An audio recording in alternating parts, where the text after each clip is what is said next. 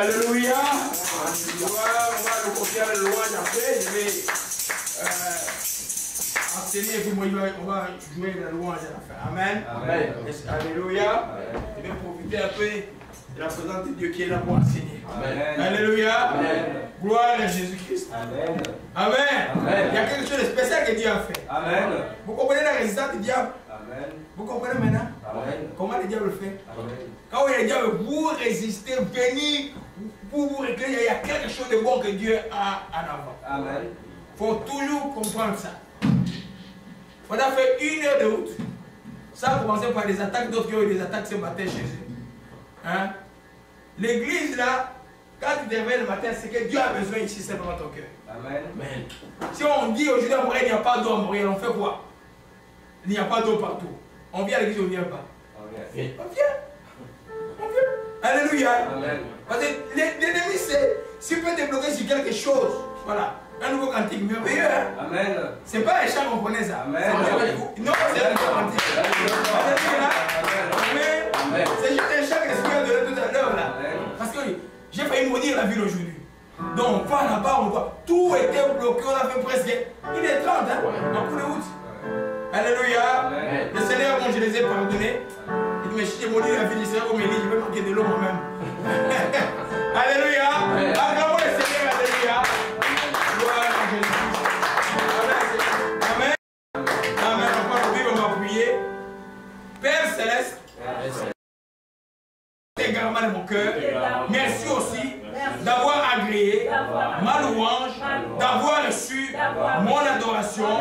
Père, je te rends grâce de préparer mon cœur aujourd'hui à recevoir cette parole qui est la parole de vie. Et c'est la bonne pour moi. Je le crois de tout mon cœur. Au nom de Jésus-Christ, je t'ai ainsi prié. Amen. J'allais continuer, tout le monde attend l'enseignement sur David. Mais c'est tellement un gros enseignement. J'ai poussé ça encore pour dimanche prochain. Parce qu'on n'a pas encore terminé avec les fruits de l'esprit. Il restait un fruit.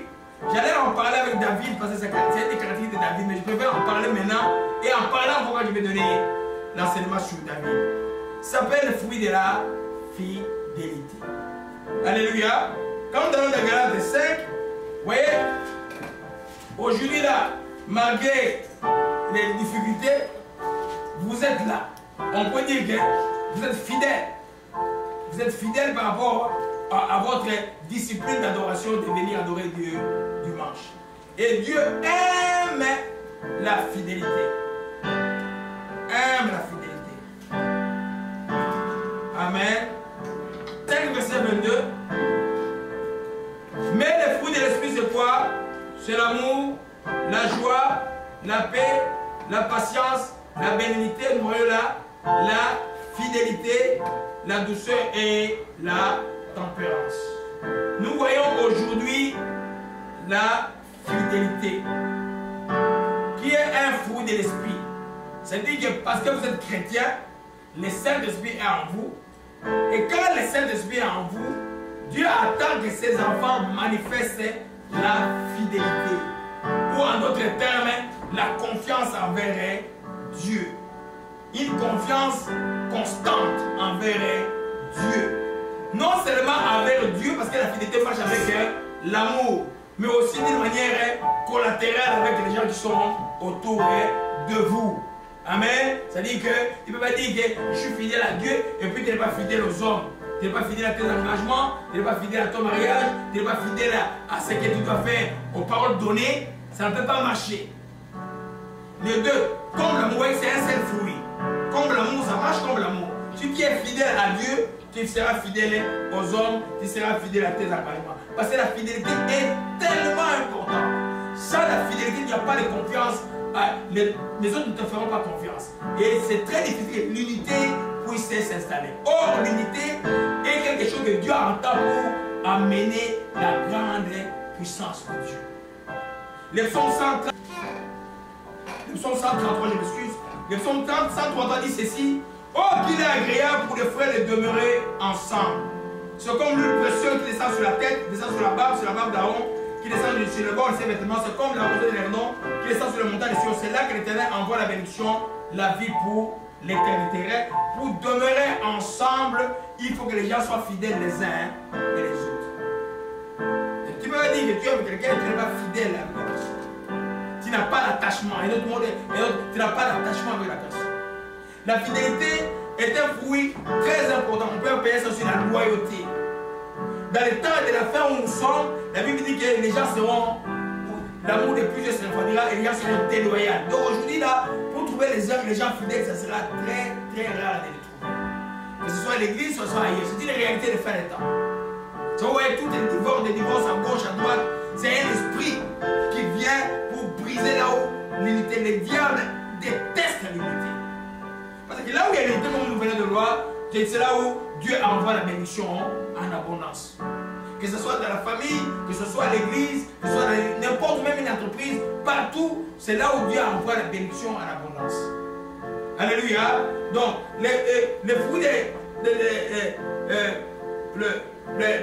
la fidélité, bon, en latin c'est fidèle ou fidèle, ce qui signifie confiance, c'est une définition que j'ai donnée, c'est un fidèle qui ne manque pas à la fois donné aux engagements pris. Nous savons qu'aujourd'hui, comme chrétiens, on n'a pas de serment à faire. Mais on doit avoir des engagements. Il y a un engagement avec un serment on jure. Un engagement on le prend par la grâce de Dieu.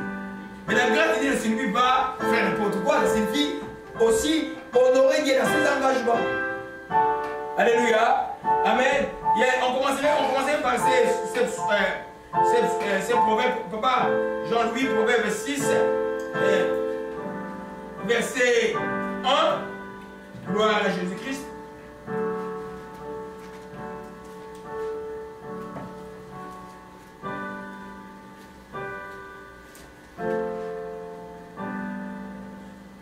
Proverbe 6, verset 1. 1 à 2.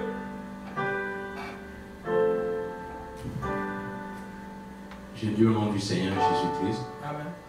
Mon fils, tu as cautionné ton prochain si tu t'es engagé pour autrui, si tu es enlacé par les paroles de ta bouche, si tu es pris par les paroles de ta bouche, fais comme ceci.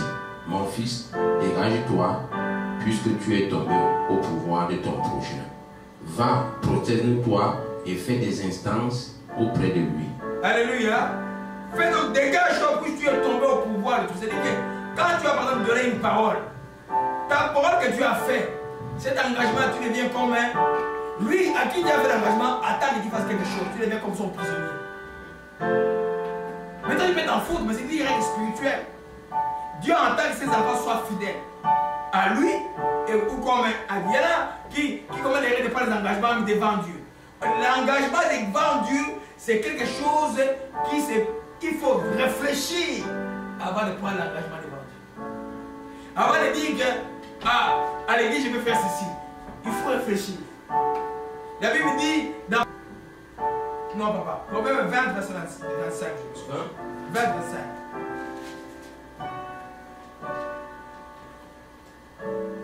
C'est un piège pour l'homme que de prendre à la légère un engagement sacré et de ne réfléchir qu'après avoir fait un vœu. Alléluia. C'est un piège pour l'homme de prendre à la légère un engagement sacré et de ne réfléchir qu'après avoir fait un vœu. C'est un piège. Parce que quand tu prends un engagement, il faut les respecter. Il faut les respecter. On ne peut pas fuir les engagements parce qu'il n'y a rien qui se construit dans la vie sans qu'on s'engage.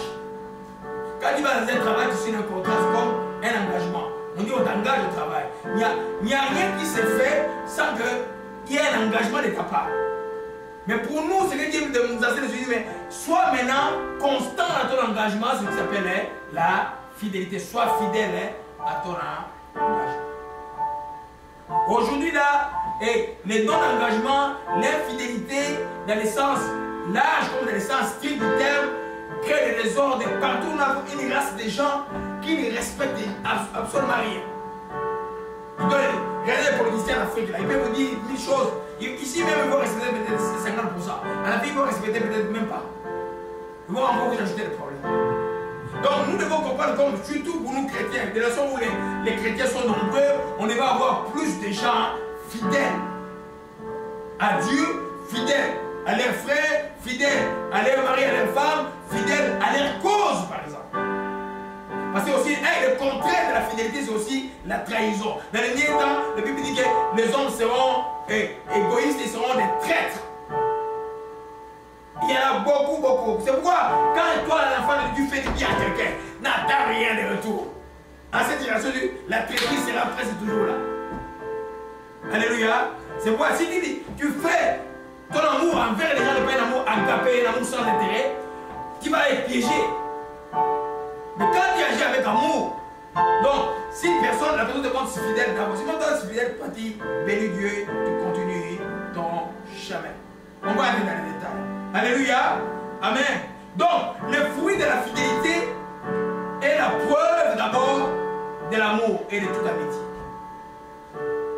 Le fruit de la fidélité est la preuve. Donc, il n'y a pas d'amitié réelle sans qu'elle soit fidèle, elle soit constante. J'ai eu que 4 amis de ma vie. C'est que je n'ai pas appelé amis. Je les ai eu depuis l'âge de 14-15 ans. Il y a un qui est mort. Les autres sont vivants. On est restés amis jusqu'à aujourd'hui. Même, on peut, il s'est passé des choses entre nous, mais on reste amis. C'est pourquoi le fruit, c'est la preuve.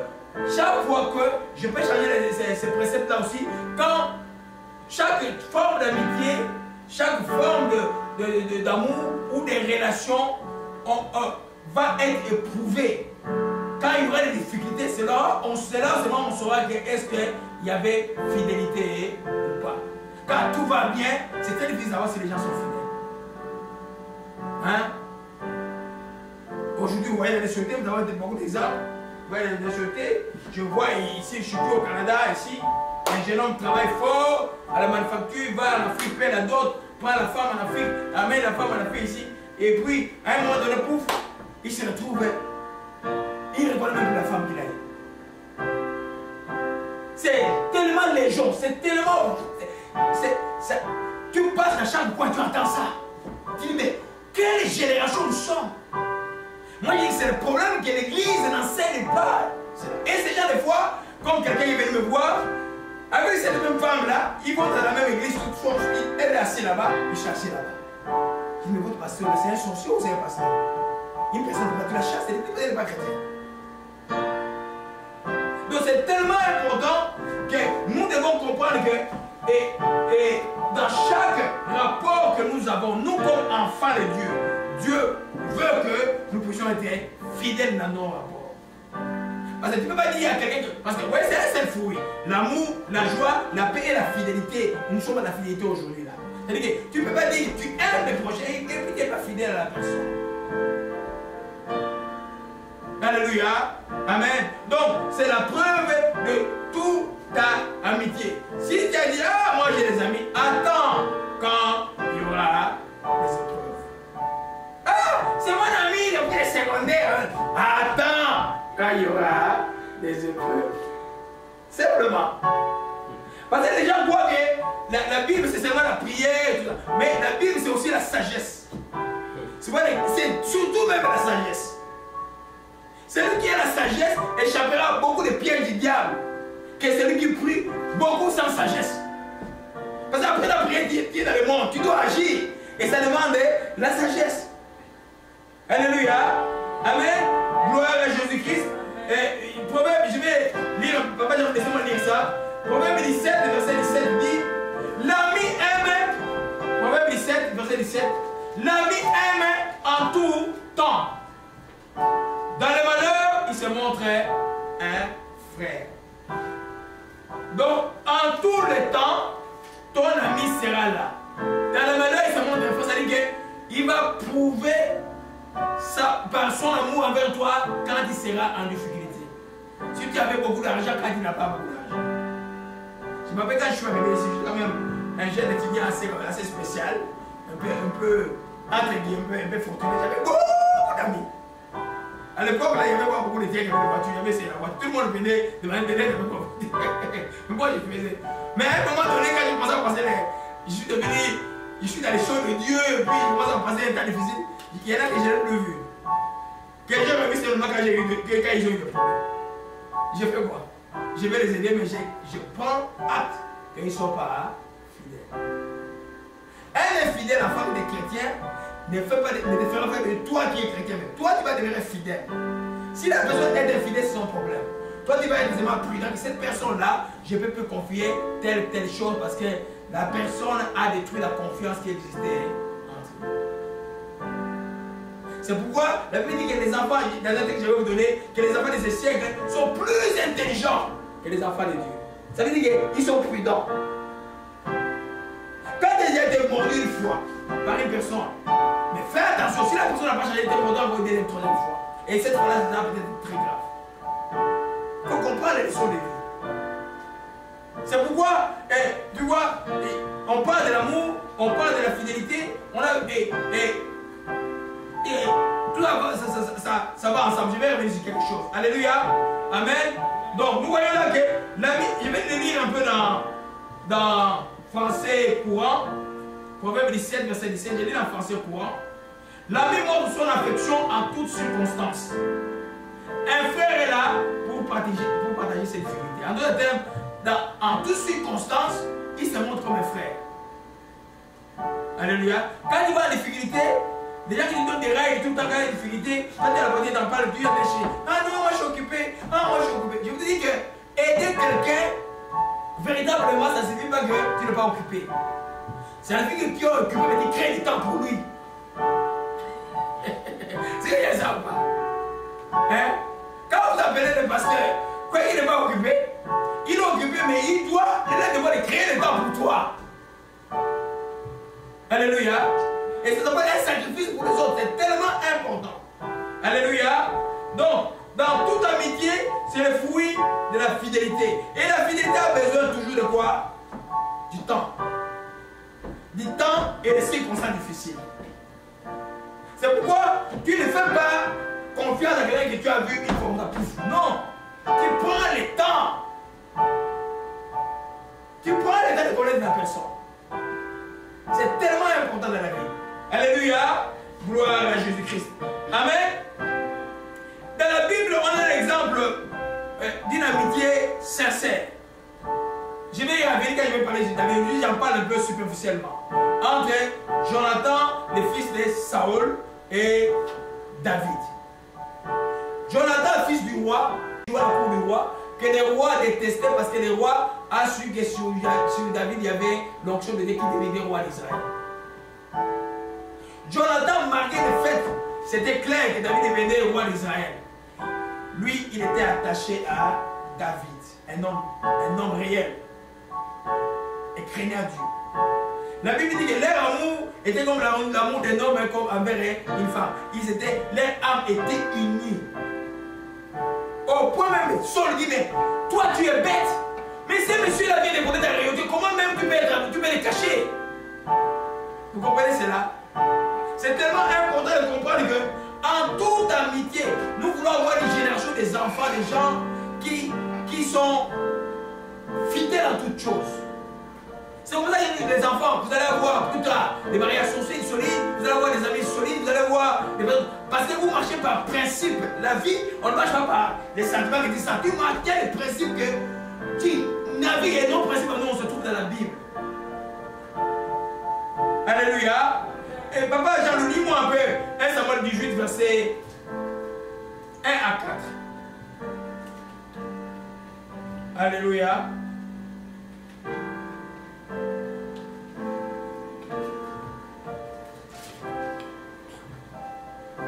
Samuel 18.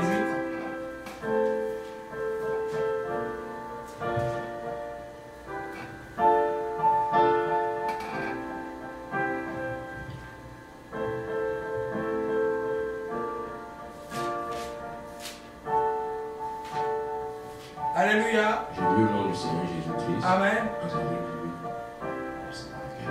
David avait achevé de parler à Saul. Dès lors, l'âme de Jonathan fut attachée à l'âme de David, et Jonathan l'aima comme son âme. Ce même jour, Saul retint David. et ne le laissa pas retourner dans la maison de son père. Jonathan fit alliance avec David parce qu'il l'aimait comme son âme. Il ôta le manteau qu'il portait pour le donner à David et il lui donna ses vêtements, même son épée, son arc et sa ceinture. Alléluia. J'explique le contexte. Un petit villageois arrive à la cour du roi, c'est David. Un petit villageois. Il arrive à la cour du roi. Mais il vient d'abord, son père l'envoie aller voir ses grands frères qui sont au combat. Il arrive au combat, on voit un géant qui menace le peuple d'Israël. Mais les gens disent, mais qu'est-ce qu'on fera celui qui va terrasser cet homme-là? Qui est cet homme-là qui est aujourd'hui le roi d'Israël? Et David arrive sur place, il terrasse Goliath. Le fils du roi le regarde, il l'aima. Il n'a pas jalousé. Regardez, ça c'est un message pour ceux qui sont au Congo. Tout le monde qui veut se monter au Congo là, on doit les descendre. C'est pas ces gens ne peuvent pas baisser. C'est très difficile pour les Congolais d'avancer dans la vie. Même les Haïtiens, c'est la même chose. Quiconque de la communauté veut manger, tout le monde cherchera à la descendre. Voilà Jonathan, fils du roi, qui voit les petits villageois terrassés, et puis il l'aima. Plus tard dans la suite, même quand la royauté était claire, la royauté sera à David, il continue à l'aimer. Même quand David et son père ont planifié de tuer David, il a tout arrangé. Je vais résumer parce qu'on va révéler dans l'enseignement sur David. Il a tout arrangé pour que David s'échappe. Et cette amitié a vécu dans toutes les épreuves de leur vie. Papa, dis-moi en 1 Samuel 20, verset 1 à 2. Amen. Je lis au nom du Seigneur Jésus-Christ. David s'enfuit des nageurs près de Rama. Il alla trouver Jonathan et dit, qu'ai-je fait? Quel est mon crime? Qui est mon péché aux yeux de ton père? Quel est mon péché aux yeux de ton père pour qu'il en veuille à ma vie? Jonathan lui répondit, loin de là, tu ne mourras point. Mon père ne fait aucun mal. Mon père ne fait aucune chose grande ou petite sans m'informer. Pourquoi donc mon père me cacherait-il cela? Il n'en est rien. Amen. La suite, on va voir ça plus tard. Vous dites simplement, il a gardé, il a fait sauver David. Mais quand vous allez voir le jour où la prophétie nous a compris que Jonathan et Saul sont morts, la personne qui est venue annoncer à David que moi j'ai tué Saul, je le trouve avec moi, il m'a donné de l'achever. David l'a fait tuer et David a déchiré et il a pleuré. Et il pleura. Pourquoi les héros sont-ils tombés? Il a pleuré. Vous comprenez cela? C'est chose à faire, il faut demander à Dieu. Vous n'aimez pas quelqu'un parce qu'il est bon, parce qu'il est mauvais. Vous l'aimez parce qu'il y a un attachement du cœur. Et ils sont restés fidèles, aucune trahison. Donc, Jonathan a préféré perdre la royauté, mais sauver l'amitié. Parce que la manière dont son père cherchait à conserver la royauté était contre la loi de l'Éternel, c'était malhonnête. Alléluia. Amen. C'est ce qu'on appelle la fidélité. On ne peut pas voir des amis, il vient chez toi, il te regarde, il dit des choses de toi, il parle de toi. Ce n'est pas des amis ça. Souvent, on va confondre camarade avec ami. Moi, j'ai les quatre comme mes frères. Il y en a qui c'est même tout seul, les derniers qui étaient avec mon mondain. Mais il a mes secrets de vie qu'il a gardés jusqu'aujourd'hui, malgré qu'il est mondain. Malgré qu'il est mondain, il vous dira, oh, si tu veux un pasteur au Canada, c'est celui-là, un vrai pasteur. Mais lui n'est pas encore béni en Christ. Vous comprenez ce que j'ai dit? Alléluia. Un vrai. Il y a un même qui mes enfants ne savaient même pas, jusqu'à ce qu'ils ont grandi, jusqu'à 15 ans, ne savaient pas que c'était un ami, que c'était mon frère. Parce qu'on est comme des jumeaux. Alléluia. Amen. L'amitié est quelque chose de merveilleux. C'est pourquoi les jeunes gens, avant de vous marier, bâtissez l'amitié avec vos jeunes femmes, avec vos jeunes garçons. Soyez d'abord amis avant de chercher d'abord des histoires inutiles. Quand cette amitié-là du cœur est là, ça tient fort. Et Jésus, vous aidant, vous allez aller très très loin. Aujourd'hui, c'est qui tue la société dans tout ce que vous voyez, même On voit à travers le monde la désunion, l'infidélité, les trahisons. C'est parce que simplement, les gens n'ont pas l'amour agapé qui vient par le Saint-Esprit. Et dans cet amour agapé, il y a la fidélité. La fidélité, c'est qui a fait que pour ceux qui ont déjà suivi l'enseignement sur Ruth, que Ruth a été fidèle à son mari. Et quand le mari est mort, elle est restée fidèle à la grand-mère. Où est-ce que j'ai vu ça? J'étais à un deuil il n'y a pas longtemps ici à Montréal. C'est la première fois que je vois ça à Montréal. En tout cas chez les Congolais ou les gens qui viennent d'Afrique, c'est la première fois que je vois ça. Les belles filles en train de payer belles plus que même ses propres enfants. Ça fait chaud au cœur. C'est très rare ça. Jamais les belles filles, quand la belle-mère est morte, on ne pas. Vous comprenez cela? Tout ça, c'est à cause de l'amour agapé. Et c'est le Saint-Esprit qui nous met ça dans le cœur. Alléluia. Donc, il n'existe pas de vraies amitiés sans fidélité. C'est pourquoi ne connaissez pas quelqu'un. Mon fils est là en dernière année, et puis tu vas poser quelqu'un à Sherbrooke là, et puis il commence à appeler l'ami. Attends, pas encore ami, camarade. Et je t'observe pendant 2, 3, 4 ans. Tu sauras si c'est un ami. Alléluia. C'est vrai que beaucoup ne sont pas enseignés. L'amitié, c'est quelque chose de merveilleux. Il y a quelque chose. D'abord, on ne la force pas. Quelque chose qui vient dans le cœur, ça vous touche comme ça là, on ne peut pas la forcer. Alléluia. Amen. Et là, pour nous qui sommes chrétiens, tu peux me dire que tu es. Et qu'il y a des amis qui sont dans les morts. Mais non, ça ne va pas marcher. Amen. Avant que toi tu aies ascendant sur eux, les amener quoi? Dans la bergerie. Il y a des gens qui t'aiment, mais ils vont venir en Christ à cause de toi. Alléluia. Amen. Donc quand tu es fidèle à Jésus-Christ, la fidélité, c'est la fidélité qui crée notre amitié avec Jésus. Vous savez? Qui c'est que nous sommes les amis de Jésus? Et là, ça fait du mal aux musulmans, ça fait du mal aux... Mais Jésus, là, il est Dieu, mais comment Dieu peut être votre ami? Amen. On peut dire que David était ami de Dieu. Alléluia. Amen. Amen. Amen. Comment Dieu peut... Abraham était ami à Dieu. Et Enoch était ami à Dieu. Alléluia. C'est à cause de quoi? À cause de la fidélité qu'ils ont eu envers leur Dieu. Alléluia. Parce que vous ne devenez pas chrétien. Vous savez, des fois je pleure. Quand les gens ne comprennent pas, comme ce matin j'ai failli pleurer. Quand les gens ne comprennent pas, par exemple, quand vous servez à l'église, donc c'est important à l'église. Vous devez tout faire vous-même pour rendre disponible à l'église. C'est moi qui ai posé la question, si l'eau est fermée partout, vous faites comment? Mais venez à l'église comme ça, qui va vous regarder? Ici, nous on regarde les vestes. Nous, c'est pas l'église ici, on regarde les fringues où tu es venu. Qui m'a fait passer? Je crois que tu prends pour vous les mêmes vestes. Mais tu fais quoi? Regarde pas la veste. C'est pourquoi j'aimais beaucoup les audios avant parce que vous avez bien la voix. Mais premier, si tu as besoin de prier, il y avait la voix. C'est bon d'écouter la voix. Hein? Alléluia. Donc, c'est notre fidélité à Jésus-Christ qui nous fait appeler amis. Papa, Jean 15, verset 14 à 15. Oh! Les diables ont failli nous tromper aujourd'hui, hein? Vous comprenez? Chaque fois, il y a de la résistance quelque part. Il y a une bénédiction qui nous a là-bas. Alléluia. Jean 15, verset 14 à 15. Alléluia au nom du Seigneur Jésus-Christ. Alléluia.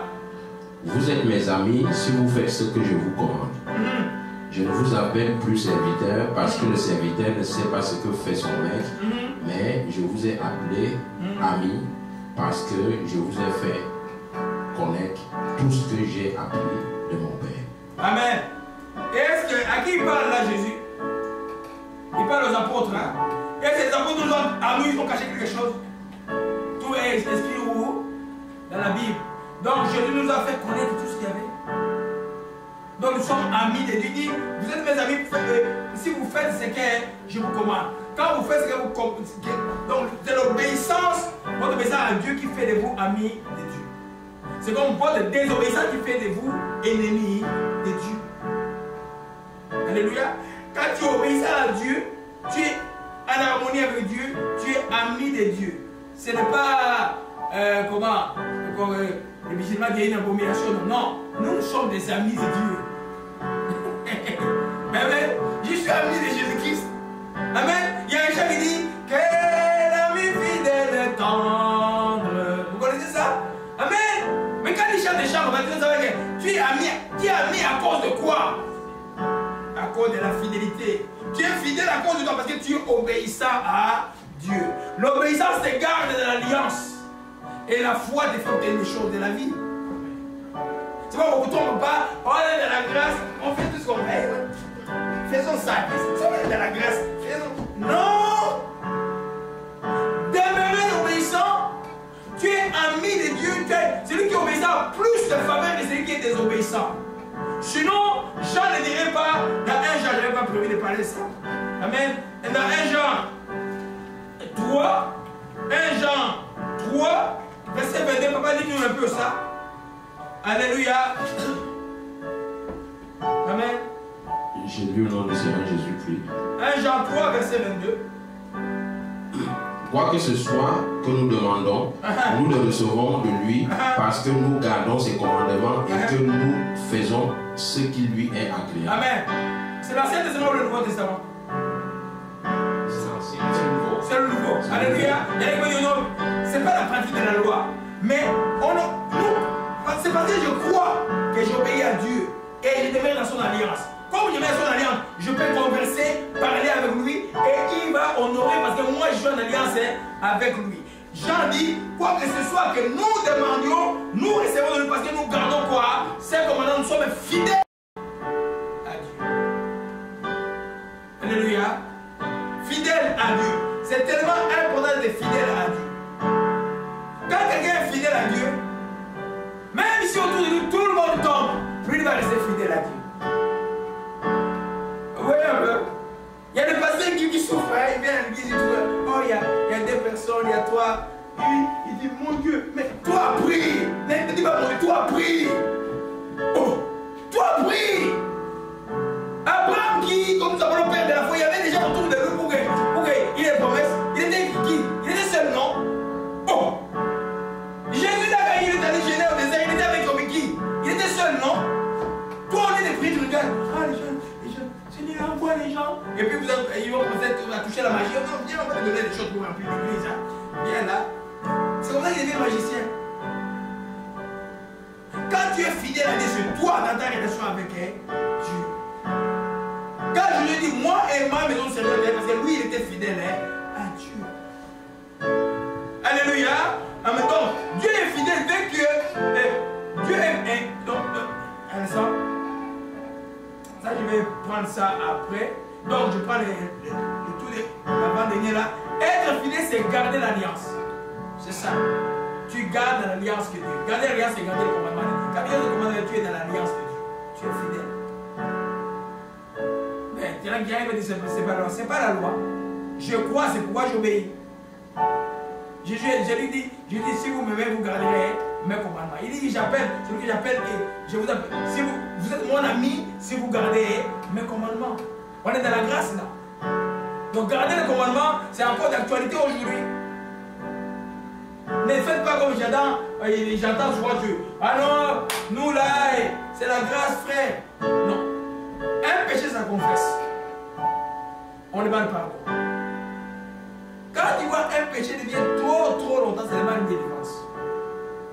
Il faut un moment qui te distance de cette chose. Où tu cherches la sagesse. Comment je peux m'en sortir?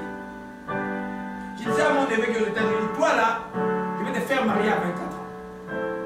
On a dit, il cesse de m'appeler pour me féliciter. Pour tout le champ qui est tombé, je demande pardon. Je vais te faire marier à 24 ans parce que tu ne peux pas supporter.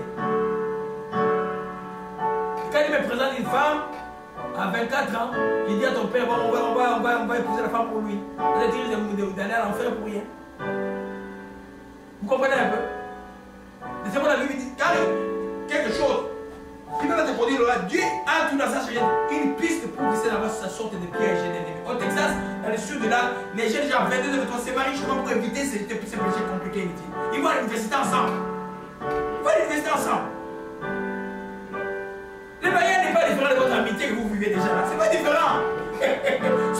Sauf qu'il y aura des petits qui vont naître. Mais le meilleur couple, c'est les sections de bons amis. Alléluia. Quand on va, on va tenter. Si vous sentez que quelque chose est là, moi je suis pour les mariages précoténogènes. Il n'y a pas de problème pour ça. Il n'y a pas de problème pour ça. Grâce à la mariée là, elle vit bien. Il n'y a pas de problème à écrire. Il y a pas de cours, il y a 13 cours. Cette session, oui. C'est pas bon. Avec le bébé, c'est pas grave. Ça fait partie des. Alléluia. Amen. Amen. Donc pourquoi nous sommes fidèles? Nous devons être fidèles. Pourquoi la fidélité des fruits de l'esprit? Parce que le Saint-Esprit en nous, c'est qui? C'est qui le Saint-Esprit en nous? C'est Dieu. Amen. La Bible dit que Dieu est fidèle dans ses engagements. Donc, le Saint-Esprit en nous voudra que nous, qui le portons, je me suis un peu déterminé en nous, que nous puissions manifester aussi la fidélité. Donc, il est anormal qu'un chrétien ne soit pas fidèle à Dieu et ne soit pas fidèle à ses engagements, ne soit pas fidèle à ses engagements. Non. N'importe quel engagement. Aujourd'hui, au Congo, il y a un de mes aînés que je respecte. J'espère qu'il marche encore bien.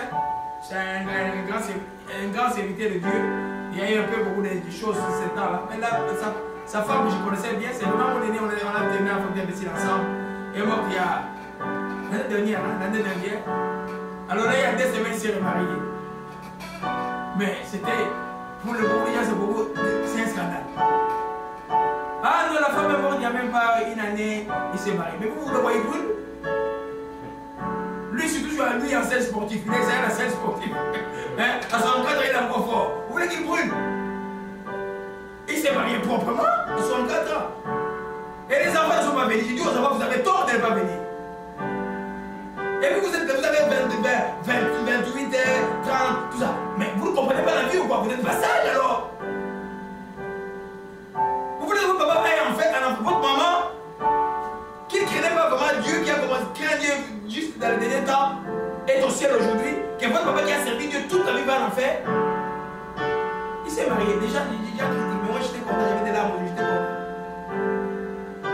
Alléluia. Prenons par exemple la fidélité dans le mariage. Si tu n'es pas fidèle dans les petites choses dans la vie, tu ne seras pas fidèle aussi dans le mariage. On va voir ça tout à l'heure. Je suis au niveau des principes. Alléluia. Celui qui est fidèle dans cet engagement inspirera la confiance des autres. Alléluia. Nous tous avons besoin de la confiance des autres. En d'autres termes, si je suis fidèle dans les paroles que je donne, je suis fidèle dans mes engagements, je suis fidèle dans ce que je fais, que ce soit envers Dieu, que ce soit envers les autres, je vais inspirer la confiance de l'autre envers moi, même envers Dieu. Alléluia. Amen. C'est pourquoi la tentation de pouvoir ne pas respecter ta parole, il faut la jeter loin. Ça frise un peu la malhonnêteté de donner une parole et de ne pas la respecter. Quand tu sens que tu ne peux pas respecter la parole, après la personne dit que ah, mon engagement que j'ai fait, il y a un problème qui va arriver, je risque de ne pas le respecter. Ça s'appelle l'honnêteté, c'est une bonne chose. Alléluia. Proverbe 17, verset 17, nous avons lu tout à l'heure. L'ami aime en tout temps, dans le malheur il se montre un frère. Ça veut dire simplement que beaucoup des engagements tomberont quand il y a des problèmes. Quand tout va bien, les gens aiment donner des promesses. Mais quand il y a des problèmes arrivent, les gens ont la difficulté à respecter les promesses. Maintenant, les cas de couple et de mariage.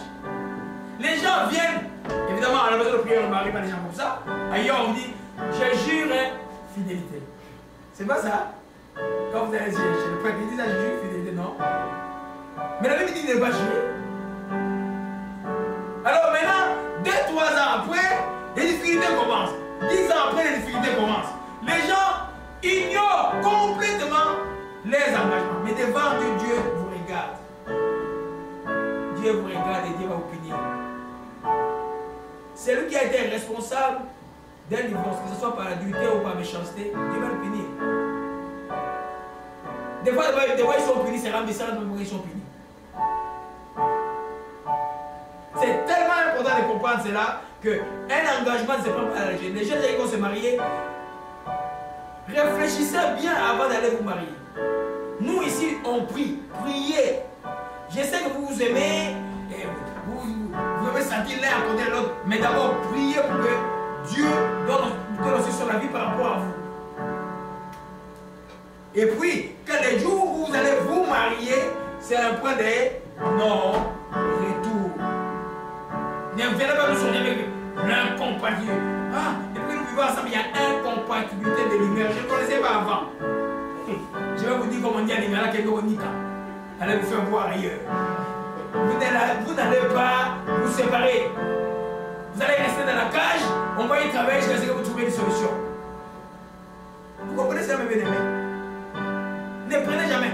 En principe, dans l'église de Dieu, on dit je te serai fidèle par la grâce de Dieu. Et j'ai aimé dans le mariage de mon grand frère, c'est ce qui a été dit. Je te serai par la grâce de Dieu. Parce que là, nous aujourd'hui, on ne peut plus jurer. Il y a des prétendants qui jurent, je jure fidélité, on ne saurait rien ce qu'ils font à la fin. Même ici, ils jurent fidélité, mais vous voyez ce qu'ils font. Ils ne respectent pas.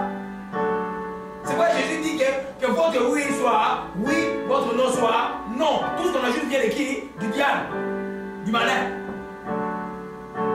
Alléluia. Nous comprenons cela. Donc quand il y a la fidélité, il y a aussi attachement à une personne. On ne peut pas dire qu'on est fidèle et puis on n'est pas attaché à la personne. On ne peut pas dire on est fidèle, on n'est pas attaché à une cause. On dit on est fidèle à l'église et puis on n'est pas attaché à l'église. Vous travaillez pour l'église, en même temps vous travaillez contre l'église. Ça ne marche pas comme ça. Alléluia. Quand on dit on est fidèle, il doit y avoir l'attachement. Ce qui est très très rare aujourd'hui. Amen. Alléluia. Je me trouve très silencieux. Alléluia. Maintenant, on va entrer un peu, on va diguer, on va entrer en profondeur, ça va être plus intéressant. J'étais juste au niveau des principes. Alléluia. Gloire à Jésus-Christ. Amen. Un des principes que j'ai trois principes que je vous prends, je vais vous montrer. Après, je vais entrer dans la fidélité envers qui. On a commencé à arrêter à Kevin. On va un peu réguler. Alléluia. Amen. Tu n'as pas le bon niveau sur la peur. Hein? On ne regarde pas la montre dans l'église. Alléluia. Amen. C'est ce que tu vas faire. Tu ne fais pas déjà mieux, mais tu le feras bien. Et demain la jeunesse sera bonne à chez nous. Alléluia. Gloire à Jésus-Christ. Le principe que nous voyons, la fidélité dans peu de choses est la mesure pour recevoir les grandes choses de la part de Dieu. Dieu nous teste avec la fidélité. Alléluia. Allons dans Matthieu 24.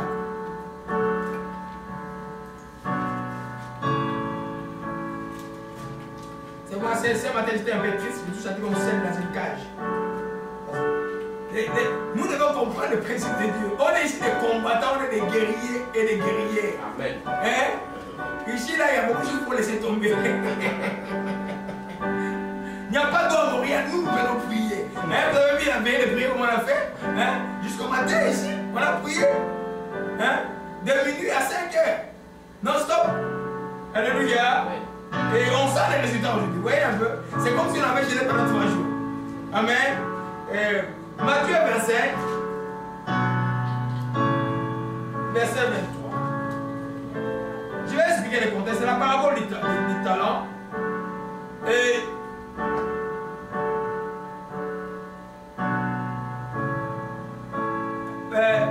Jésus nous donnera ses... Je vais lire. Il en sera comme des hommes partant pour un voyage par ses serviteurs, les remis de ses biens. Il donnera 5 talents à l'un et à l'autre. Un troisième à chacun selon sa capacité. Aussitôt, celui qui avait reçu 5 talents, ça allait le fit valoir, il gagnait 5 autres. Celui qui avait reçu le 2 talents gagnait 2 autres. Celui qui avait reçu qu'un, alla dans un creux de la terre, cacha l'argent de son maître. Longtemps son maître, le maître des serviteurs revint et leur fit rendre compte. Celui qui avait reçu 5 talents s'approcha à l'apôtre 5 talents et il dit, Seigneur, tu m'as remis 5 talents, voici, j'en ai gagné 5 autres. Son maître dit, c'est bon, c'est bien, bon et qui? Fidèle serviteur. Tu as été fidèle en quoi? En peu de choses, je te confierai beaucoup entre la joie de ton maître. Amen. Papa Jean, lis le verset 23. Son maître lui dit, c'est bien, bon et fidèle serviteur, tu as été fidèle en peu de choses et je te confierai beaucoup, entre dans la joie de mon maître. Alléluia. Amen. Amen. C'est un principe très, très important dans les choses de Dieu. Et dans les choses de Dieu, ce n'est pas des fast-food. Quand vous voyez quelqu'un ouvrir une église, 2 semaines après, c'est 100 000 membres, allez voir ces gens-là, ils ne sont pas des chrétiens. Les choses de Dieu prennent du temps. Dieu va tester ton serviteur au point que les jours où il y a une multitude de membres, c'est que ça ne monte pas sous la tête. Dieu prépare les gens avec des petites choses qui te donnent. Il vous teste par exemple comment vous êtes fidèle à venir dimanche à l'église. Comment vous êtes fidèle à votre dévotion personnelle à la maison. Comment vous êtes fidèle à lire la Bible. Comment vous êtes fidèle à pouvoir faire du bien autour de vous. Et dans les petites choses, quand il vous teste, à un moment donné, lui seul connaît, il va vous donner d'autres choses plus graves. Et même quand Jésus revient, qui te trouve en train de faire ce qu'il t'a demandé à faire, tant que le récompense même dans les cieux sera extrêmement grande.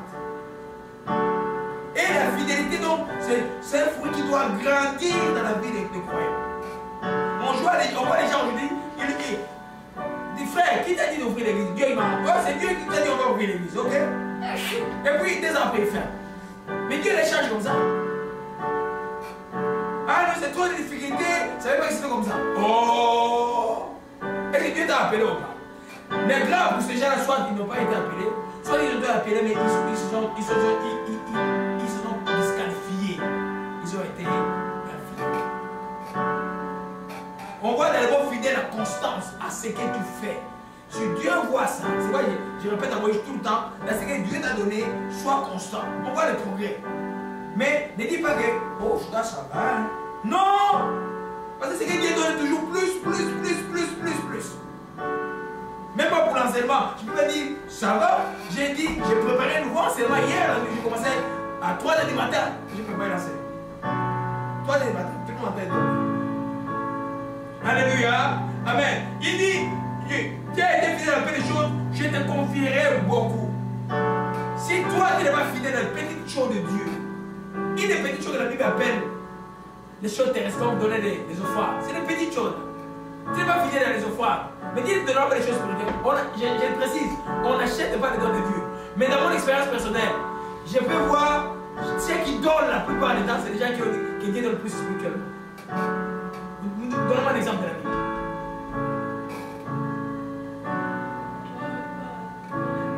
Hein? Corneille. Hein? Corneille. Est-ce qu'on est demandé que le salut soit de la famille? Non. Il était fidèle dans la prière et fidèle à donner des aumônes aux pauvres. Job la même chose. Et ça c'est que Job a gagné son combat parce qu'il a rappelé à Dieu, hey, moi tout le monde qui mourait chez la vie, c'est moi qui les enterrais. C'est moi qui les enterrais. Fidèle à les choses, les petites choses terrestres. Toi, pour les choses terrestres, tu trouves comme un combat. Mais Dieu ne donnera pas les grandes choses. Alléluia. Amen. Luc 19. Amen. Luc 19.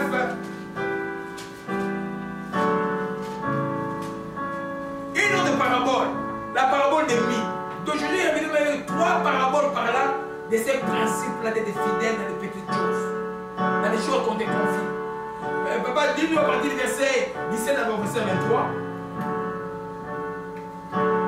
Au nom du Seigneur Jésus-Christ. Amen. Il lui dit, c'est bien, bon serviteur, parce que tu as été fidèle en peu de choses, reçois le gouvernement de divin. Le second vint et dit, Seigneur, ta mine a produit 5 000. Il lui dit, toi aussi sois béni sur 5 villes.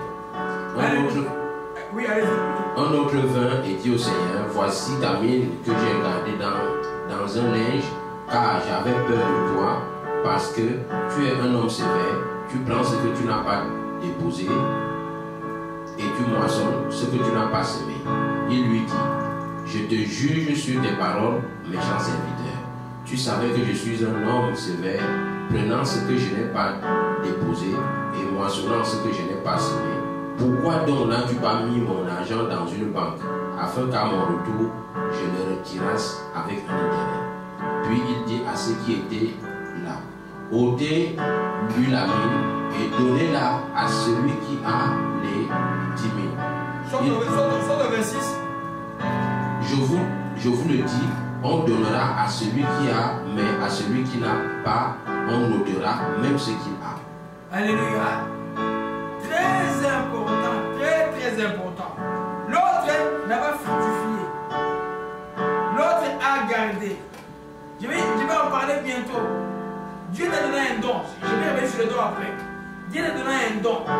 Ton don grandira quand tu vas être fidèle dans les dons. Dieu t'a donné une voix pour changer, pour chanter. Tu recevras beaucoup dans ta vie, même les choses que tu n'imagines pas. Parce que tu chantes pour Dieu. Dieu t'a donné un don de prière en langue. Mais toi, tu n'as pas l'état de prier. Mais si on donne le don de prière en langue, c'est parce que tu as apprécié de prier pendant 5 heures sans arrêt. Les voisins t'ont dit de mourir à côté. La vie, les formations sont tombées dans la vie. C'est parce que que Dieu utilise dans ton combat spirituel pour détruire les œuvres parce que tu pries à l'esprit. La prière à l'esprit transcende toutes les. Même tu pries pour les gens même qui sont au Japon sans le savoir. Mais toi, l'état de la prière, non. Tu penses à l'argent. Mais si tu es fidèle à ce don-là, pendant les dons de la langue, c'est le plus petit des dons. Mais par elle, plusieurs dons viendront même à l'église. Vous savez qu'il y a un des livres, j'ai vu de mon père spirituel qu'il avait écrit. Il y a une des églises vers Texas ou Arizona là-bas. Et il y avait une vieille dame. La vieille dame venait toujours à l'église le matin. L'église commençait à 10h, elle était là déjà 8h30 en haut. Et puis elle priait en langue pendant plus de 2 heures. L'église était florissante déjà. Et puis il y a un jeune pasteur qui a quitté l'église, quand il vient en veste là, il dit non, cette dame là dérange maman. Il n'y a même pas d'interprétation, c'est que tu dis là, arrête-moi de prier en langue. Mais la maman est obéissante, elle a obéi au pasteur. Une année, 50 ans sont partis. Puis l'église, jusqu'à ce que l'église a fermé. Et Dieu a parlé à moi. Et cette église n'a pas marché parce qu'on avait arrêté quelqu'un qui avait un don, qui était fait un don de langue, qui faisait fructifier l'église et gagner le combat à l'esprit. Alléluia. Quand tu as quelque chose que Dieu t'a donné, il dit même à Moïse, toi là, tout ce que tu fais comme tu n'as pas appris, c'est des dons. Mais il faut que tu travailles sur les dons. Il faut qu'ils deviennent encore plus forts, plus efficients. Ne te laisse pas troubler par beaucoup de choses. C'est des choses que Dieu t'a données. Depuis que tu as 4 ans, tout le monde sait que si Moïse n'a pas prié, les petits là ne seraient pas morts. Vivant jusqu'à 100 ans. Ils ne seraient pas vivants. Alléluia. À 4 ans, mon beau-frère et ma soeur sont à la maison, on voit Moïse en train de prier. Oh, le beau-frère dit à ma soeur, il faut qu'on prie. Ils ont commencé à prier, et à l'hôpital, nous là-bas, avec Benjamin, c'était dur. Et puis là, on était avec les pasteurs, les bienvenus, tous les combattants à la maison de prier à l'époque, en train de prier pour lui. Mais dis-toi, tu vas servir Dieu. N'écoute pas les gens. Hein? Il n'y a pas de choix. Toi, tu es sorti là à cause de Dieu. Et puis moi, j'ai raté mon boulot de ma vie à cause de toi. Hein? Tu as servi Dieu, tu n'as pas le choix. J'ai dit. Alléluia. Amen. Gloire à Jésus-Christ. Amen. Donc, nous voyons par là que ne néglige rien. Ne crois pas que la petite chose que Dieu t'a donnée, c'est le goût de lire la parole. L'amour de la parole entre quand il y a le goût de lire la parole. Demain, cela sera utile. Sera utile. Tout là, c'est que j'ai dit, ouais, j'avais écrit notre verset, notre version est venue ici. C'est parce que j'ai lu, laissez depuis maintenant, mais rappelle cela pendant que je suis devant vous. Alléluia. Rapidement, on va terminer dans 15 minutes. Fidélité envers qui? Je résume un peu tout ce que j'ai parlé. Pour rendre, c'est pas plus clair. Fidélité envers Dieu. D'abord, quand on dit fidélité envers Dieu, c'est quoi? C'est fidélité dans sa foi chrétienne. Quand je parle de la foi chrétienne, ce n'est pas la foi d'obtenir des choses relativement à la foi. C'est-à-dire que les préceptes chrétiens, la doctrine est chrétienne. Tu dois être fidèle dans les principes chrétiens. Tu ne marches pas comme les gens du monde. Tu marches comme les chrétiens. C'est pourquoi Jésus dit que tu gardes son commandement, tu es son ami. Alléluia. tu es chrétien, c'est pour obéir à ce que la Bible commande. Même si on se moque de toi, même on dit que tu es dépassé, même on dit, mais tu commences à t'habiller comme une musulmane. Non, tu es chrétienne. Alléluia. Pour preuve, les musulmans, je vous dis, honte à vous les chrétiens, ça bute mieux que les chrétiens. Et faites attention, les Indiens, ça bute moins que les chrétiens. Aujourd'hui, les chrétiens, tu vois, ils s'habillent et puis, tu vois, ils s'habillent serrés, mais là, ils chemisent côté là. Mais c'est vrai. Mais pourquoi tu fais les cendres? Moi, je pose la main de la rue, je pose la question. Pourquoi tu fais les cendres si tu t'es bien habillé? Alléluia. La doctrine chrétienne, la vie chrétienne, nous sommes qui? La lumière du monde. On doit des leaders en tout. En tout alors. Même les universités, vous voyez là, ce n'est pas des païens qui l'ont créé. Toutes les grandes universités, c'est les chrétiens qui l'ont créé. Vous savez ça? L'université de Montréal, c'est un chrétien, c'est les catholiques qui ont créé là. C'est juste des jésuites. Partout, c'est les gens qui avaient l'esprit de Jésus-Christ qui ont créé. Et aujourd'hui, là, l'État récupère et tout ça, vient mettre la Bible à côté, mais ça a l'air de faveur. On voit pourquoi ils se perdent. Hein? Cannabis, aujourd'hui, demain, on cherche des têtes, des appareils même pour tester le cannabis, mais les accidents morts, cannabis, alcool, ça devient problématique. On ne va pas chercher des méthodes. Ils sont dans les tourbillons d'avoir abandonné Dieu. Le principe chrétien, ça c'est la fidélité. Deuxième chose, fidélité dans les engagements. Toujours envers Dieu, mais dans les engagements. Mais on a vu de ne prends pas un engagement secret à la légère. Et si Dieu t'appelle, c'est un honneur, n'aie pas peur. C'est un honneur quand Dieu t'appelle. Il y a beaucoup qui vont faire des études bibliques, des théologies sans que Dieu les ait appelés. Et il faut des dégâts partout. C'est des gens qui, quand les finances ne marchent pas, ils abandonnent. Ils ne sont pas appelés de Dieu. Mais toi, Dieu t'a appelé. Et quand tu es appelé, il faut répondre par une fidélité. Donc, tu es en accord avec ce qui t'enseigne. Demeurer fidèle à lui. On revient encore sur Proverbe 20. Amen. Et je vous assure, quand vous êtes fidèle à Dieu, même les demi-chrétiens vont commencer. Les chrétiens chacun vont dire, oh, elle aussi qu'est-ce qu'elle exagère, lui aussi qu'est-ce qu'elle exagère. Et aussi, ça c'est la jalousie des gens qui ne peuvent pas marcher bien avec Dieu. Et vous allez voir ça tout le temps. Il y en a qui vont se dire, ah, non, je vais dire à l'église, je vais être en paix. Non, mais il y a des demi-chrétiens qui vont vous embêter. Les gens qui, samedi, au lieu de préparer les chaînes pour dimanche, non, samedi, ils sont dans les boîtes de nuit et tout ça. Et puis, mais quand ils vont bien à l'église, mais vous savez, structure a déjà une séparation avec vous, ils vont vous envier, ils vont commencer à vous vouloir, à vous créer des problèmes. C'est dans la Bible ça. Alléluia. Proverbe 20, verset 25. C'est un piège pour l'homme de prendre à la légère un engagement secret et de réfléchir qu'avoir fait un vœu. D'abord, je connais une chose. Nous, aujourd'hui, dans le Nouveau Testament, on ne fait pas de vœux. Mais on prend des engagements. Quand tu prends des engagements secrets, il faut réfléchir. Hein?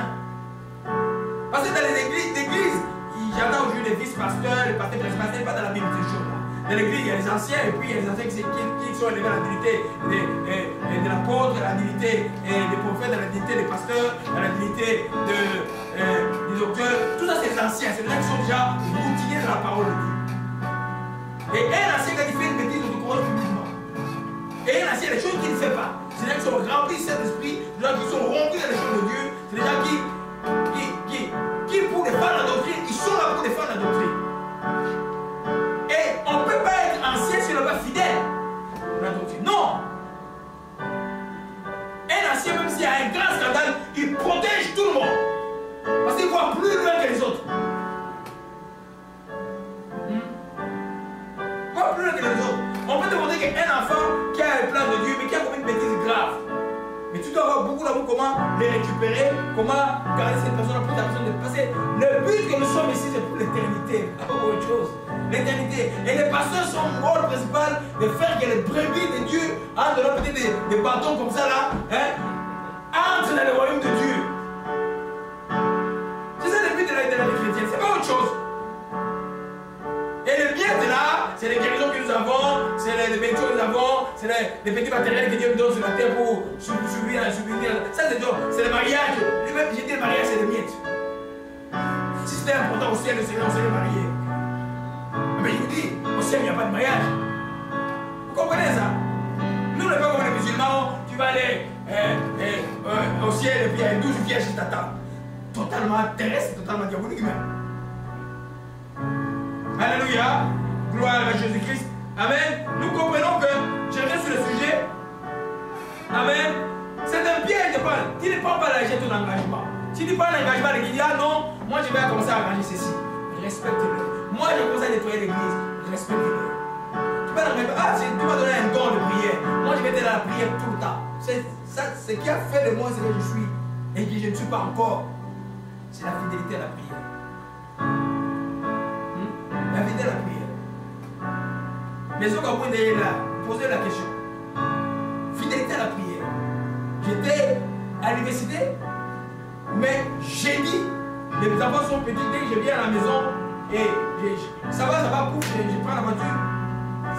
18h, et non, 18h, je suis là, 18h, on commence l'intercession. Des fois à 2, des fois à 3, mais l'église avait 500, 400 membres. Et tous ces gens-là que tu voyais, qui ne venaient pas la prière, je vous dis, la prière, ils sont même plus critiqués, il y a un scandale à l'église, tous ont perdu la foi.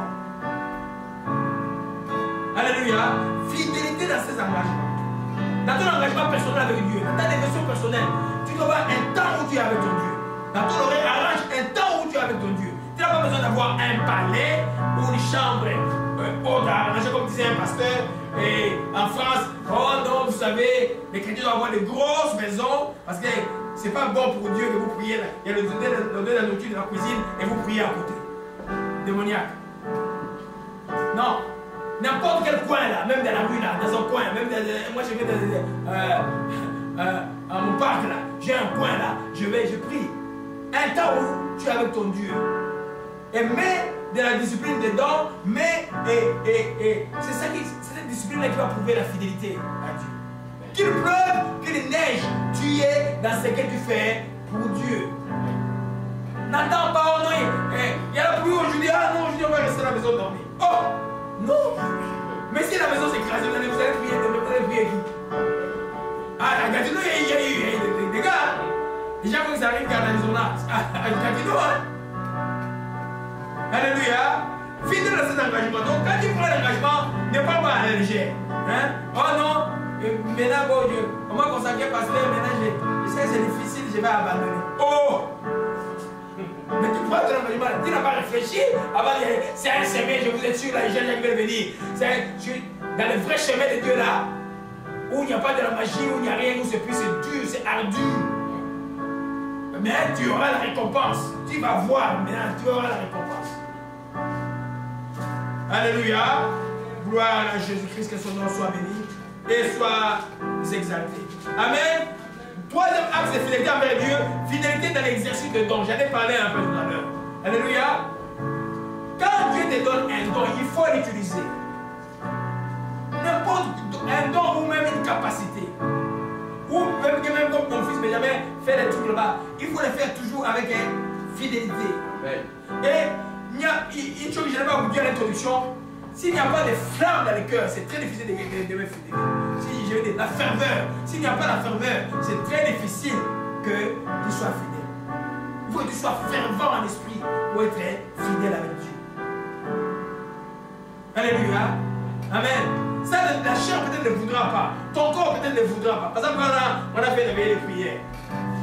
Voilà, nous jusqu'à 2h du matin. Mais à 2h, j'ai dit, bon, on va partager la parole. À 3h, on sentait comme une lourdeur. Mais là, j'ai senti que papa j'ai sonné l'ordre de Staline ce jour-là. Hein? Mais c'était terrible. On a prié de 3h jusqu'à 4h30. Et puis, on a partagé la parole. Et puis, il était 5h. Et je me dis que je me sens différent. Et je me sens bien. Qui n'a pas bien? Tout le monde a dormi comme pédard. Les absents ont eu tort. Alléluia. Amen. Donc, c'est les choses que vous faites. Jésus, s'il a réussi sa mission parce qu'il était fidèle à toutes ces choses qu'il faisait en faire, c'est que Dieu le commandait de faire. Quand Dieu te donne un don, il faut l'exercer. Nous ici, là, c'est pas l'église, on va te dire, ah frère, il n'y a pas d'interprétation, tais-toi de prier en langue. Prie en langue. Mais c'est un peu la voix quand je prêche, je ne prie pas, bien sûr. Mais quand nous sommes en prière, toi, dans ton cœur, prie en langue. L'interprétation arrivera et nous croyons qu'il va arriver, il va arriver. Moi, il m'a fallu combien 4 ans, 5 ans, je crois, pour qu'il y ait l'interprétation arrive. Maintenant, c'est comme de l'eau. Amen. Donc, soyez fidèles de tout ce que Dieu vous a donné. Alléluia. Deuxième type de fidélité envers les alliances établies. Amen. On en a un peu parlé. Première alliance établie, par exemple, le mariage. Amen. Si, quand les jeunes gens, vous trouvez vos fiancés, commencez par tester, et ces gens-là, la fiancée ou le fiancé, est-ce qu'ils respectent d'abord la parole? Des petites choses, est-ce qu'ils respectent la parole? Est-ce que quand il a donné l'engagement, il les respecte? Est-ce que quand il n'a pas respecté, est-ce qu'il demande ou qu'elle demande pardon? C'est les petits stigmates qui nous montrent. Qui nous montrent comme oh, c'est une bonne personne, il ne va pas le problème.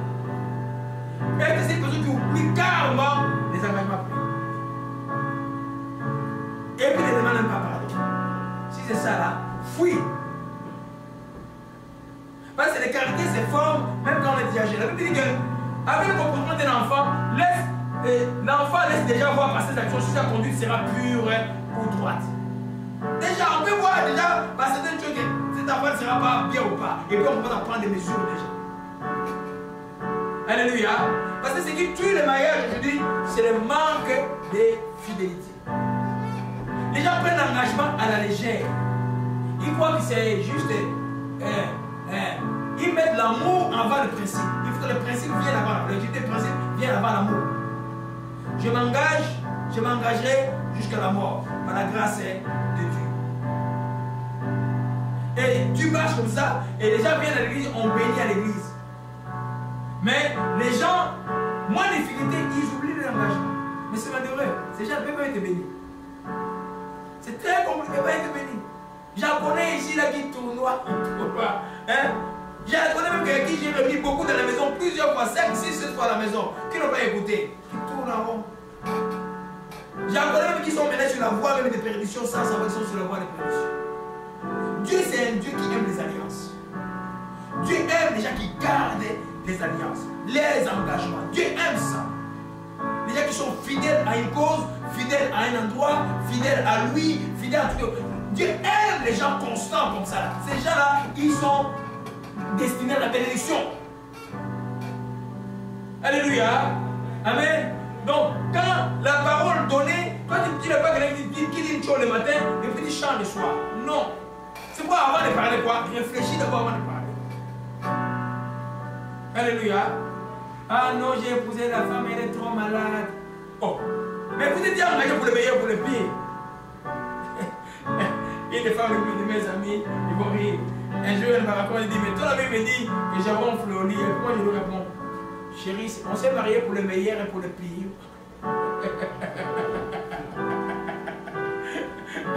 Alléluia. Ça c'est des détails. Le principe est tellement important. Observe la personne qui va épouser avec ses amitiés, comment ils sont. Est-ce qu'il a gardé les mêmes amitiés pendant longtemps?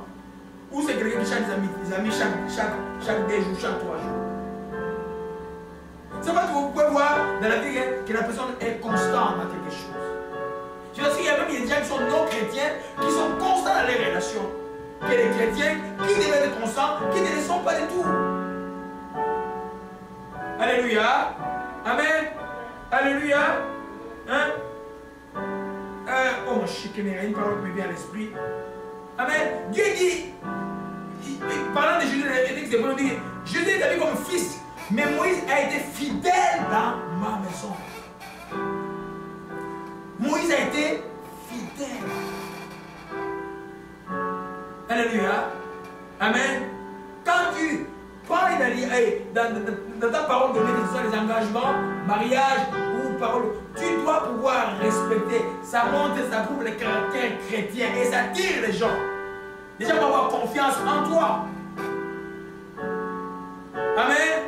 Gloire à Jésus-Christ. Luc 25, papa, vous avez terminé. Non, prenons Luc 16, pardon. Luc 16.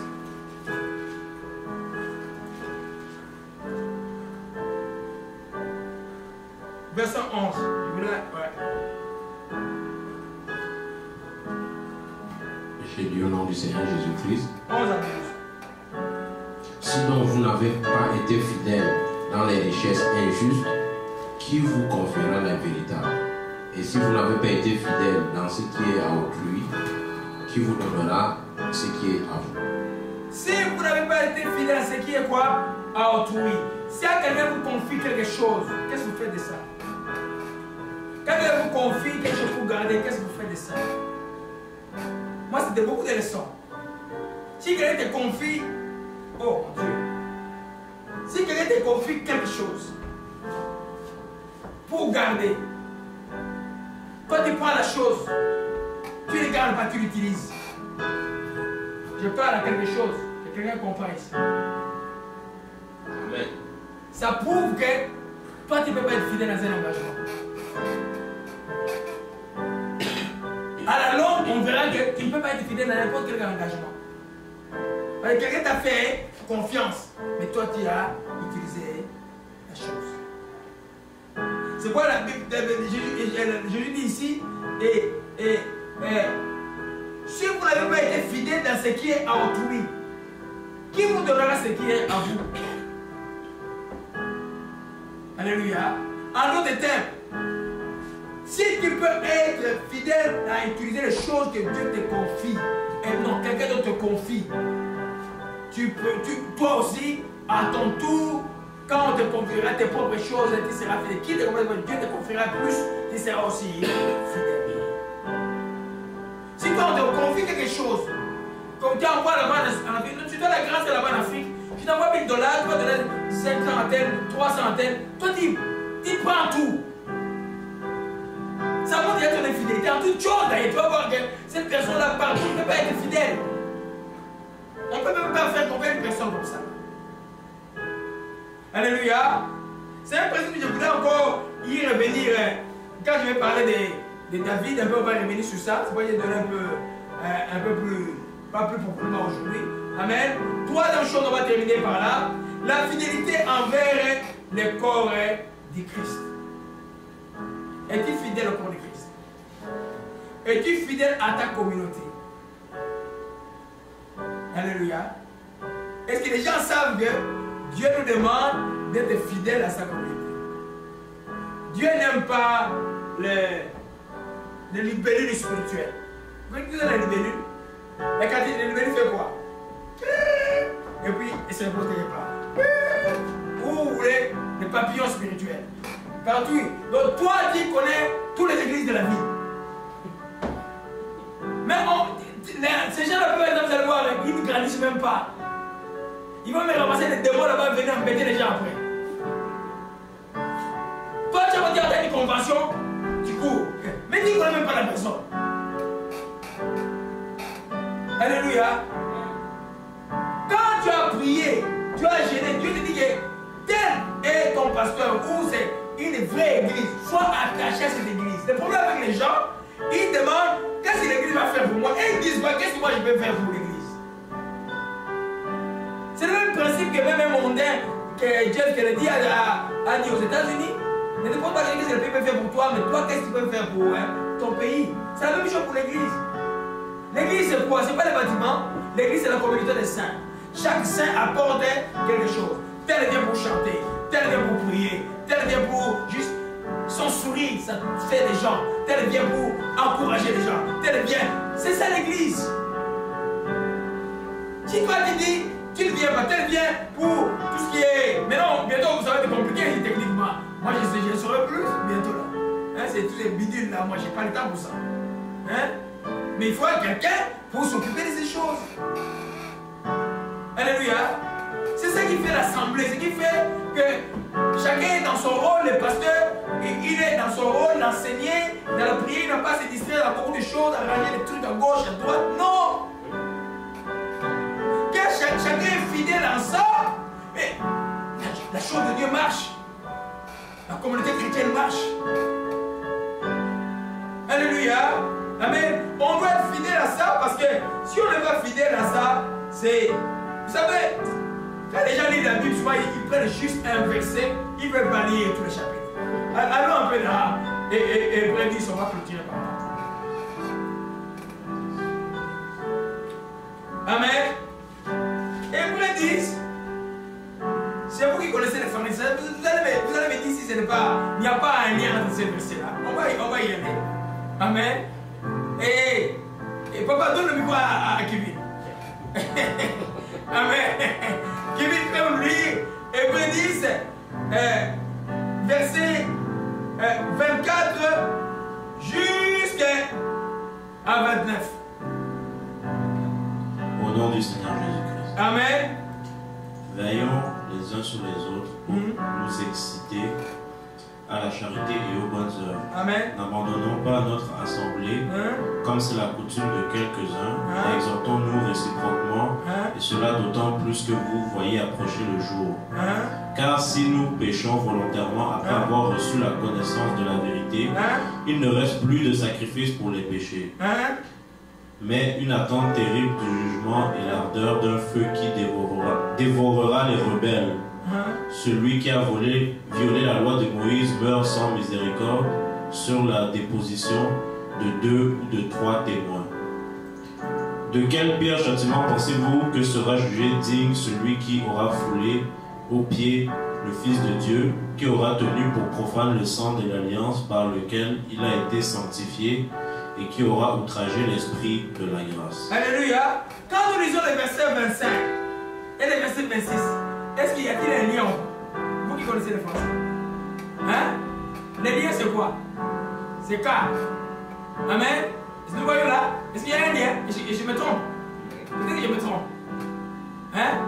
Si moi je dis, n'abandonnons pas notre assemblée comme c'est la coutume de quelques-uns, mais ils ont tenu réciproquement comme d'autant plus que cela, d'autant plus que vous voyez s'approcher le jour, car si nous prêchons volontairement après avoir reçu la connaissance de la vérité, il ne reste plus de sacrifice pour ces péchés. Donc abandonner son assemblée, c'est comme un péché, non?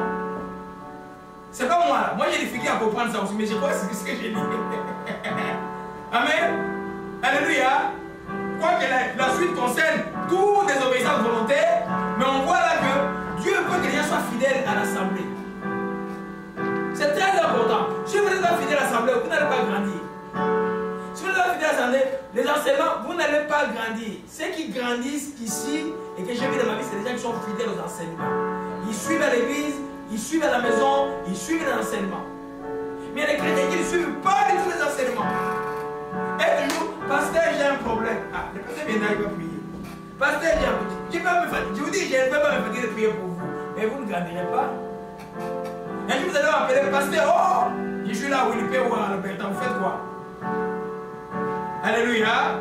Amen. Donc, l'assemblée, dans ma vie, je n'ai connu à Montréal que 2 églises. L'église où j'étais, jusqu'à ce qu'il y ait un problème, Dieu m'a dit de partir. Je ne dis pas que Dieu, quand il y a quelque chose d'abominable à l'église, où les gens deviennent abjects, oui, je suis d'accord. Tu peux quitter cet endroit-là si vous de Dieu. Mais si il y a des conflits entre vous là, c'est là même pas beaucoup, c'est là même, c'est l'histoire des enfants là. N'attends pas que les gens t'aiment, toi aime les gens. Vous savez que si tu attends que les gens t'aiment, tu vas avoir le problème de la vie. Toi aime les gens, qui t'aiment ou pas, nous sommes des enfants de Dieu, je te bénis, pareil. Sois fidèle à ce que Dieu t'a demandé à faire, fais-les fidèlement et tu peux faire ta bénédiction. Même ceux qui te critiquent vont encore pleurer, jusqu'à ce qu'ils vont disparaître. Alléluia. Soyez fidèles à l'assemblée. C'est un peu par là que nous allons terminer. Je ne dis pas si votre assemblée est c'est tout de la doctrine chrétienne, vous avez le droit de quitter l'assemblée. Mais si l'assemblée est dans la droite ligne de la chrétienté, vous n'avez pas. Ne commettez pas cette erreur.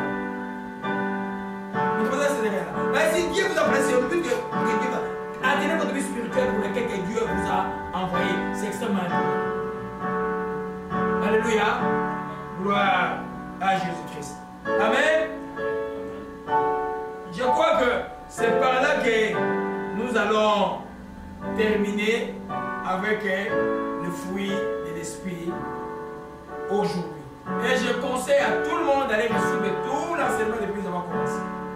Et ça, c'est vraiment ces choses qui vont nous amener aussi. L'amour, la joie, la paix, la patience, la bonté, la bénédiction, la fidélité, la douceur. Je vais en parler après, je n'ai pas parlé, je vais mettre à d'autres enseignements. Et la maîtrise de soi. C'est ce que Dieu attend de nous, de voir en nous être grandis. Et c'est pour nous aussi les paramètres de discernement des gens qui sont en face de nous. On va terminer par là. Amen. Gloire à Jésus-Christ. Seigneur, nous glorifions ton nom. Nous te rendons grâce. D'abord pour la grâce que tu nous as fait d'arriver et de rendre un culte au Père que nous croyons agréable au Père. Que nous te l'avons demandé d'un cœur sincère. Père, nous te disons merci. Encore pour tes enfants encore. Parce que tu nous as enseigné aujourd'hui sur la fidélité. Vois, ô Père, là où tes enfants ont été infidèles. Envers toi, envers, ô Père, les relations, envers, ô Père, les engagements qu'ils avaient pris, envers, ô Dieu Tout-Puissant, l'Église, ô Père Céleste, toi seul prends pitié de ta bonté, de ta miséricorde. Aide, ô Père, chacun d'entre nous à être fidèle à ce que tu nous as appelé à faire. Père, nous te rendons grâce, nous te disons encore merci. Au nom de Jésus-Christ, nous t'avons laissé prier. Amen. Moi, je dis pas dans